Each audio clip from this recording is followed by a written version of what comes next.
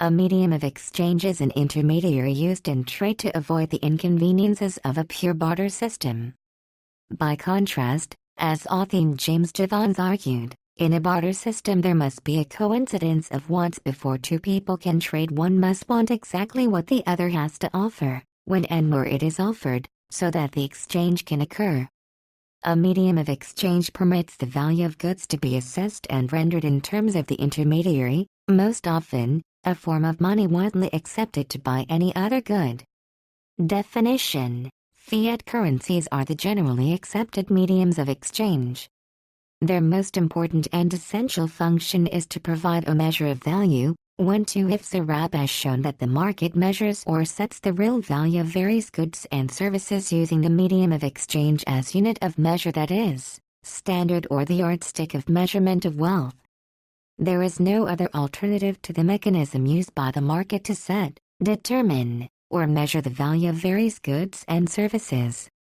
Determination of price is an essential condition for justice in exchange, efficient allocation of resources, economic growth, welfare and justice. The most important and essential function of a medium of exchange is to be widely acceptable and have relatively stable purchasing power, real value. Therefore, it should possess the following characteristics: value, common assets, common and accessible, constant utility, low cost of preservation, transportability, divisibility, high market value in relation to volume and weight, recognizability, resistance to counterfeiting. To serve as a measure of value, a medium of exchange, be it a good or signal, needs to have constant inherent value of its own, or it must be firmly linked to a definite basket of goods and services. It should have constant intrinsic value and stable purchasing power. Gold was long popular as a medium of exchange and store of value because it was inert, was convenient to move due to even small amounts of gold having considerable value, and had a constant value due to its special physical and chemical properties. Critics of the prevailing system of fiat money argue that fiat money is the root cause of the continuum of economic crises, since it leads to the dominance of fraud, corruption, and manipulation precisely because it does not satisfy the criteria for a medium of exchange cited above. Specifically, prevailing fiat money's free-floating and depending upon its supply market finds or sets a value to it that continues to change as the supply of money is changed with respect to the economy's demand. Increasing free-floating money supply with respect to needs of the economy reduces the quantity of the basket of the goods and services to which it is linked by the market, and that provides it purchasing power. Thus it is not a unit or standard measure of wealth, and its manipulation impedes the market mechanism by that it sets determined just prices. That leads us to a situation where no value-related economic data is just or reliable. 3-4 On the other hand, chartists claim that the ability to manipulate the value of fiat money is an advantage, in that fiscal stimulus is more easily available in times of economic crisis. Requisites needed. Although the unit of account must be in some way related to the medium of exchange in use, for example coinage should be in denominations of that unit, making accounting much easier to perform. It has often been the case that media of exchange have no natural relationship to that unit, and must be minted or in some way marked as having that value. Also there may be variances in quality of the underlying good which may not have fully agreed commodity grading. The difference between the two functions becomes obvious when one considers the fact that coins were very often shaved, precious metal removed from them, leaving them still useful as an identifiable coin in the marketplace, for a certain number of units in trade, but which no longer had the quantity of metal supplied by the coin's minter. It was observed as early as Orism, Copernicus, and then in 1558 by Sir Thomas Gresham, that bad money drives out good in any marketplace. Gresham's law states, where legal tender laws exist, bad money drives out good money.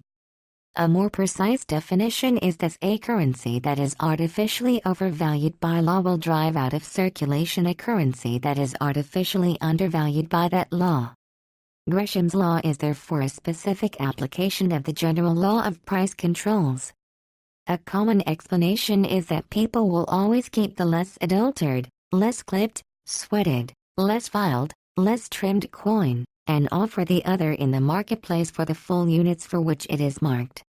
It is inevitably the bad coins proffered, good ones retained. The fact that a bank or mint has always been able to generate a medium of exchange marked for more units than it is worth as a store of value, is the basis of banking. Dubious discuss central banking is based on the principle that no medium needs more than the guarantee of the state that it can be redeemed for payment of debt as legal tender. Thus, all money equally backed by the state is good money, within that state. Dubious discuss as long as that state produces anything of value to others, its medium of exchange has some value, and its currency may also be useful as a standard of deferred payment among others. Even those who never deal with that state directly in foreign exchange. Of all functions of money, the medium of exchange function has historically been the most problematic because of counterfeiting, the systematic and deliberate creation of bad money with no authorization to do so, leading to the driving out of the good money entirely. Other functions rely not on recognition of some token or weight of metal in a marketplace, where time to detect any counterfeit is limited and benefits for successful passing off are high, but on more stable long-term social contracts one cannot easily force a whole society to accept a different standard of deferred payment, require even small groups of people to uphold a floor price for a store of value, still less to reprice everything and rewrite all accounts to a unit of account, the most stable function. Thus it tends to be the medium of exchange function that constrains what can be used as a form of financial capital. It was once common in the United States to widely accept a check sheet as a medium of exchange, several parties endorsing it perhaps multiple times before it would eventually be deposited for its value in units of account, and thus redeemed. This practice became less common as it was exploited by forgers and led to a domino effect of bounced checks, a forerunner of the kind of fragility that electronic systems would eventually bring. In the age of electronic money it was, and remains, common to use very long strings of difficult-to-reproduce numbers, generated by encryption methods, to authenticate transactions and commitments as having come from trusted parties. Thus the medium of exchange function has become wholly a part of the marketplace and its signals, and is utterly integrated with the unit of account function, so that, given the integrity of the public key system on which these are based, they become to that degree inseparable. This has clear advantages. Counterfeiting is difficult or impossible unless the whole system is compromised, say by a new factoring algorithm. But at that point, the entire system is broken and the whole infrastructure is obsolete. New keys must be regenerated, and the new system will also depend on some assumptions about difficulty of factoring. Due to this inherent fragility, which is even more profound with electronic voting, some economists argue that units of account should not ever be abstracted or confused with the nominal units or tokens used in exchange. A medium is just that, a medium, and should not be confused for the message.